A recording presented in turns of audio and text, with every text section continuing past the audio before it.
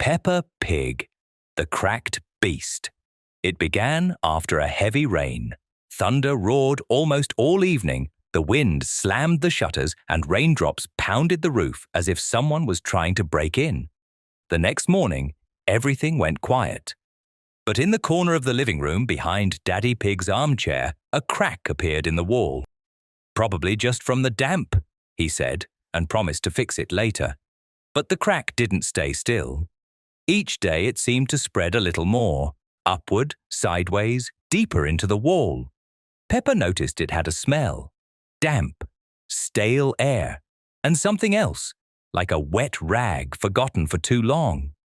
On the third night, Peppa woke up. She heard a rustling sound, not loud, but like something dragging across the floor. She went downstairs and saw the armchair had been moved. The crack had grown wider. Something was sticking out, grey, crumpled, like a wadded-up blanket, but it moved. Peppa froze. "Peppa," it whispered. The voice was quiet, unrecognizable, like several voices at once, one adult, one like a child, another hoarse and broken. "I've always been here." Peppa ran back upstairs. In the morning she told Mummy. But when they went down, the armchair was back in place. The crack looked normal again, dry, empty. "It was just a dream," said Mummy Pig. But Daddy said nothing. He just stared at the wall. Too long. The next night, the creature came further out. Peppa saw it fully now, a crumpled, heavy mass, no shape, the color of ash and earth, eyes scattered across its form, one near the bottom, one on the side, one right on the bend of what looked like an arm. They didn't blink. They moved, one at a time, as if arguing over who would look. "We're family," it whispered. "We always have been." "No," Peppa whispered back. "You're not one of us. You just don't remember." On the fourth night, things in the house began to disappear. Toys, books, old photographs, and in the crack, new shapes began to form, as if something inside was assembling, taking shape. Things that looked like Peppa, like George. "We know you," the voice said. "We were before you, long before." Mummy forbade Peppa from going near the living room, but at night the door opened on its own. The creature stood in the center of the room. Now it had hooves, small, mixed with other parts. The eyes looked in different directions. It moved in jerks, each movement like a spasm. "You pushed me out," it whispered, "but I came back." When Daddy Pig entered the living room in the morning, the armchair was moved again, and next to the crack, scratched into the wall, were the words, "I'm home again." The crack is now hidden behind a cupboard, but Peppa knows. It still moves at night, slowly, closer to the stairs, and sometimes she hears someone whispering from inside, "I was your brother." Peppa Pig, the painted goat. That day, Daddy Pig decided to tidy up the attic. Peppa and George came along. They loved rummaging through boxes, discovering old toys and books. Among piles of dusty folders, Peppa noticed something strange: a sheet of paper nailed to a wooden board. On it was a goat, painted in black ink, very precisely drawn with long horns, a stretched-out body, and completely black eyes. No reflection, no expression. "Who drew this?" asked Peppa. Daddy shrugged. "No idea. Probably left by the previous residents. I don't like the way he looks at me," George whispered. Daddy wanted to throw the drawing away, but Peppa said, "Let's keep it." For some reason, she didn't want to let it go, so they placed it against the hallway wall near the stairs. That night, Peppa woke up, not from a sound, from a feeling, as if someone was watching her. She got up and peeked into the hallway. The goat in the picture was different. Now its mouth was open, black, like its eyes, deep, as if there was no bottom inside. Peppa blinked, looked again. Yes, the mouth was open. "George, wake up!" "Huh? Look!" But when George came to see, The picture was back to normal, silent, closed, with its mouth shut again. The next morning, Daddy Pig looked puzzled. Did someone move the picture? It's standing differently. No, said Peppa. But she knew no one had touched it. It had moved by itself. Closer to the stairs now, just a little, but definitely closer. On the second day, the mouth was wider, the corners stretched out, and one eye looked shinier, almost like it was glistening. Mummy Pig tried to take the board out to the shed, but couldn't lift it, even though it used to be light. What nonsense, she muttered. I must be tired. On the third night, Peppa woke again. A creak came from downstairs. She stepped into the hallway. The drawing was gone. The board now stood right by the front door, turned directly toward her, as if he had moved himself. And the mouth, it had changed again, pulled sideways into a crooked grin, and the eyes were looking up, exactly where Peppa was standing. This is a dream, she whispered. But the soft sound of footsteps wouldn't let her sleep until morning. Now the drawing is kept in the closet. The door is always shut. But at night, you can hear the board shifting, scraping, rustling. One day, Daddy Pig found the picture standing by the door again. No one had opened the closet. A crack now runs through the board, right across the eye, as if something inside is trying to break out. Peppa doesn't look at it anymore, because each day the goat seems more three-dimensional, and one day it might take a real step. Peppa Pig. The thing in the floor. The first sounds came at night.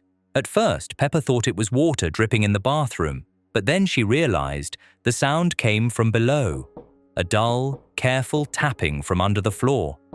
She listened closely. The noise repeated. Once, twice. Pause. Then again. Quiet, rhythmic tapping. Maybe it's just the house creaking, she told herself and hid under the blanket. But the next morning, when she came down to the kitchen, she noticed something strange. Near the table, right between the floorboards, there was a tiny crack, thin, narrow, as if the wood had split slightly. George didn't notice. He was playing with his dinosaur, laughing. The parents were busy, and Peppa just stared at the crack. That night, the tapping came again, louder this time, and now a faint scraping sound joined it, as if claws were dragging across the wood. Peppa crept up and knelt by the crack. She couldn't see anything through it, just darkness. And then a whisper came. "Come, closer." Peppa gasped and jumped back. But no one woke up. Not even George stirred. The next morning, the crack had widened. Now, there was a small hole, as if something inside had been scratching it open. Peppa saw movement in the darkness. Something waiting. She told Mummy Pig. Mummy smiled. "Peppa, it's just an old floor. Cracks happen. Nothing to worry about." But at night, the whisper returned. Now it called her name. "Peppa, Peppa, don't you want to know who I am? Come, look." She came closer, trembling. Through the hole, she glimpsed something. A black, stretched-out hand, with claws, slowly reaching upward, never touching the sides. Then it vanished. Peppa screamed, but the house stayed silent. In the days that followed, the crack grew. Now the hole was big enough to fit her hoof. Cold air came from it. Sometimes she heard breathing. She tried covering it with a rug, but every time it was pushed aside or torn. The thing didn't want to be hidden. One morning, George said, "I heard someone calling me." From the floor, "Don't go near it," Peppa cried. "Never go near it." But he did anyway. He stood close and stared, quietly, for a long time. One night, Peppa woke again, tapping, scratching. The whisper, "You're almost ready. Just a bit more." She grabbed a flashlight and peered into the hole. Inside, emptiness, and within it, a face, eyeless, just skin, and a mouth, open, smiling. "Come closer, I'm almost there." Peppa wanted to run, but her legs wouldn't move, and then she realized the hole wasn't just under her bed anymore. It stretched across the room, a black line running through the floor, pulsing. The creature was coming through. She tried to scream, but no sound came. She grabbed George, ran out of the room and slammed the door. They sat on the stairs all night. In the morning, the room was empty, but on the floor near her bed was a message scratched into the wood with claws. "You'll come back eventually." Peppa Pig, the static child. It all started on a Sunday. Daddy Pig sat on the sofa holding the remote in his hoof, flipping through channels. One by one, normal shows, cartoons, news, commercials, until a strange screen appeared. It wouldn't change. On the screen was a grey, fuzzy background, and in the center, a child, small, dressed in grey, sitting silently on the floor, staring straight into the camera. He didn't speak. "What is that?" muttered Mummy Pig. "Probably a glitch," said Daddy Pig, trying to turn the TV off, but the screen stayed on. Peppa stepped closer. "I know him," she whispered. "Peppa, it's just static," said Mummy Pig, placing a hoof on her shoulder. "It happens sometimes." But Peppa didn't move. She stared at the screen, at the child in grey, at his empty eyes. That night, the TV was still on. When everyone had gone to bed, Peppa went downstairs. The glow from the screen cast long shadows on the walls. "Hello," she whispered, and the screen replied. The child in grey blinked, very slowly. "Peppa," he said. His voice was soft, distant, and crackling. Peppa flinched but didn't leave. "Who are you?" "You remember me? We used to play." "No, I don't remember." "You promised." "Not to forget." The TV crackled, like an old tape player. The child's face tilted slightly. His smile twitched for a moment, but his eyes remained hollow. The next morning, the TV was off. Daddy Pig said it was working fine now, but Peppa didn't feel like everything was fine. Later that day, she was drawing, and without thinking, she drew a face. No mouth, a grey hood. "Who's that?" Mummy asked.